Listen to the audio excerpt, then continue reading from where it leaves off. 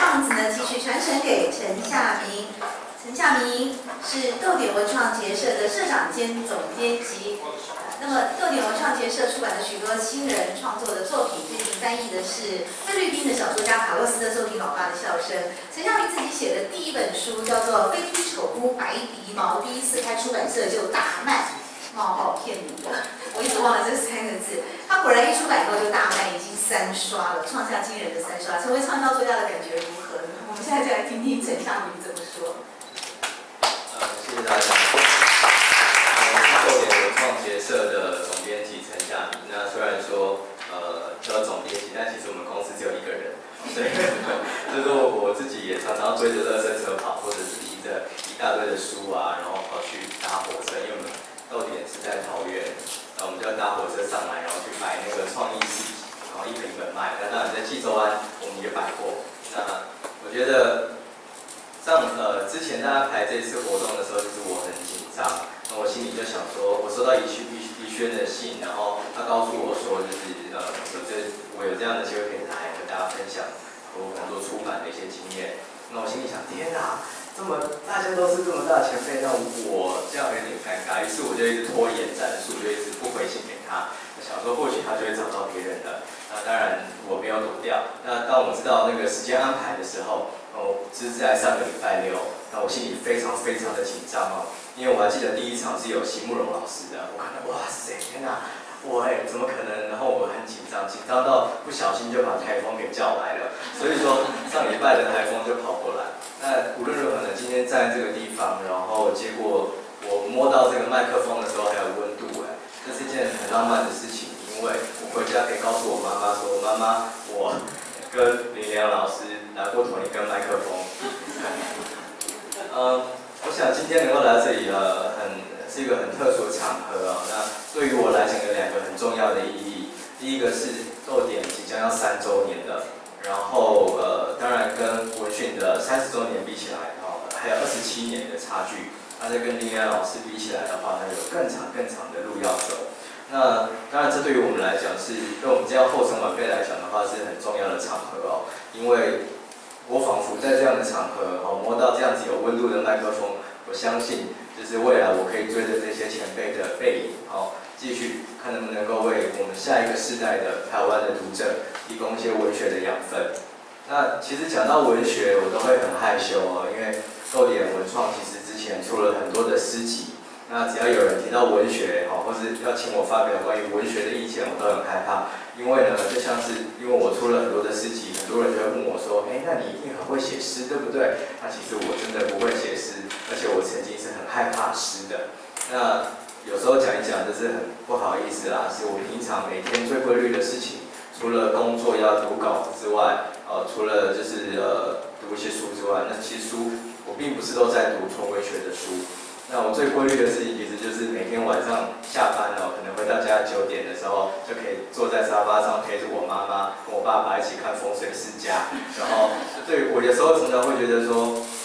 我其实是一个综艺咖为什么综艺咖会跑来开一个文学的出版社？那这件事情我的朋友们也觉得很奇怪，为什么？因为每次只要跟一些文坛的朋友出去，然后开始在吃饭聊天的时候，他们就会开始说很多的文坛的八卦，然后他们讲得非常快乐的时候，我就一直打岔说，等一下他是谁？等一下他是谁？因为我真的不知道他们的名字。但这其实是一个很有趣的事情，因为我对于文学的陌生，让我始终保有一定程度的好奇心。然后很多人看到我们出版的诗集，他会觉得说，奇怪，逗点做诗集好像跟一般的出版社不太一样。那或许也就是因为我对于文学来讲，华文创作来讲，可能没有这么多的经验，但是因为我好奇，我觉得如果能够引起我这样子一个读者的兴趣的话，那我把这个东西呈现给他们，一般的读者，或许他们也会觉得很有兴趣。所以逗点的书通常都会有这样子的感觉比较俏皮，或者是说比较带点幽默的感觉。但有一点是很重要的是，面对纯文学的作品，我相信我们可以把它幽默的面向，或者是值得被看见的有趣的面向找出来，但绝对没有办法把它包装成一个喜剧，因为这是完全两码子的事。所以说，身为一个出版社的编辑，我每天在做的其实也就是这样子的事情。那开版社到现在，下个月8月1号，我们就是逗点就要满3年嘛。然后在这3年里面，其实有经历过非常多的事情。那我想，每次先前有接受过一些读者的问题他们就会说你为什么要开出版社？然后他就说，然后接下来就会接第2句话，我想每一个人都会说，就是你要害一个人破产，就是要叫他去开出版社。的确，我也面临过破产的边缘，但我活过来了。我永远不会忘记，就是在去年2012年的5月份。那我想在讲到这个故事之前，我必须先跟大家介绍一下台湾的书籍的销售，其实有一些比较特别的事情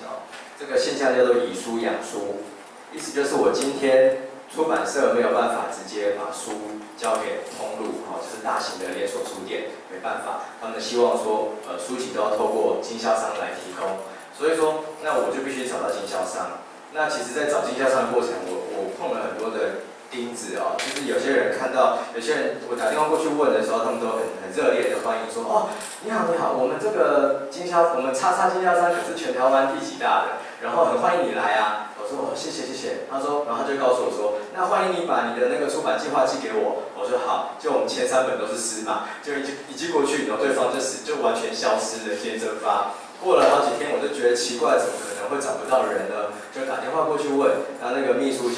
接起来就会说，请问一下你哪位？然后我说我要找某某经理这样子，然后他就会说，请问你哪位？我就说我这边是逗点文创，然后他们就会说，请稍等一下。然后过了一下子之后，他就会说，经理出国了。经理应该在你旁边吧？怎么会现在出国了呢？那这只是一个小小的故事嘛。那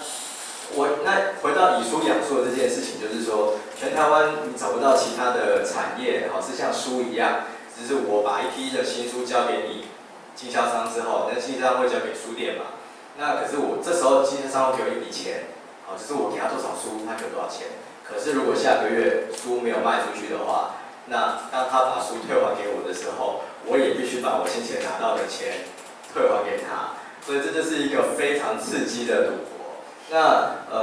因为你就算你觉得你掌握了任何的畅销的元素，但你书只要摆上去，你根本不知道它会不会受到欢迎，这是很残酷的事情。那也因为这关系，很多出版社它为了要生存为了要有现金流，不要断掉嘛，他就会开始赶快的出版第2批的书于是就是当他要退还书给我的时候，要跟我讨钱的时候，我再给他一批很多的书这样子，所以我就有新的钱给他扣。那就是变这样，那很多出版社到现在，其实他们都很想停，可是他们不敢停，为什么？一旦停下来的时候，每一个那个经销商开始来，我们来算账吧，哒，可能那个账务可以让他在台北买一些房子说不定。那我自己遇到的状况就是去年5月份的时候，我第一次就是遇到了，就算刚好没有新书出版，然后呢我的钱就是负的了，就是已经没有钱可以扣了，所以说我就必须要给经销商一笔钱。那其实这个就是游戏规则，我并不会责怪经销商，因为他照顾我嘛。可是，一旦让我给那笔钱出去的时候，我发现，哎呦，糟糕！后面的6月、7月、8月、9月、10月，非常的可怕。因为我之后那5个月，我几乎每天都在提心吊胆，然后就是要去算那个金钱的流量。我从来没有这么在意过我的提包，以及我从来没有这么勤奋的去 check 我的那个金融卡还有剩多少钱。就只有在那5个月，我一辈子都忘不了。那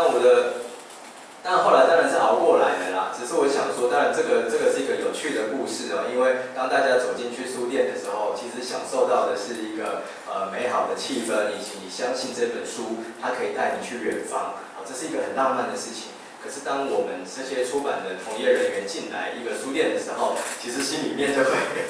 看到那个书排得很漂亮，然后就会开始去比说，哎呦，这个谁家的书架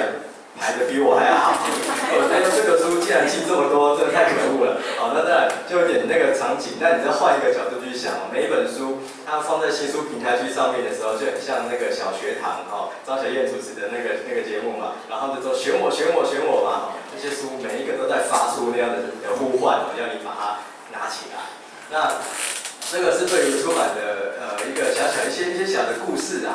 那我是想这几年内我学到了很多的教训，然后也学到很多有趣的事情。那对于我来讲，除了说能够跟一些很棒的设计师或者是作家合作，这对于我来讲是很大的喜悦之外，我觉得最重要的一件事情是我终于理解这个世界并不是因为我而存在的哦，我真的就从此不再认为说我是宇宙的中心，因为呢要做一本书，它从无到有的过程，真的是有非常多人的血汗在里面。那我在这个地方我讲，就是我自己的切身经验，让大家知道，就是这本书让我开启了对于这个世界，对于这个出版产业整个所有相关链接的一个那个。那这本书因为现在已经绝版，所以我可以很大胆拿出来就是反正大家应该比较不好找得到啦。这本书是小说家一格演的《你是穿入我瞳孔的光》。那我先讲一下，因为他这个书比较《你是穿入我瞳孔的光》很浪漫嘛，所以说那时候跟设计师在讨论的时候，他就说这个东西要有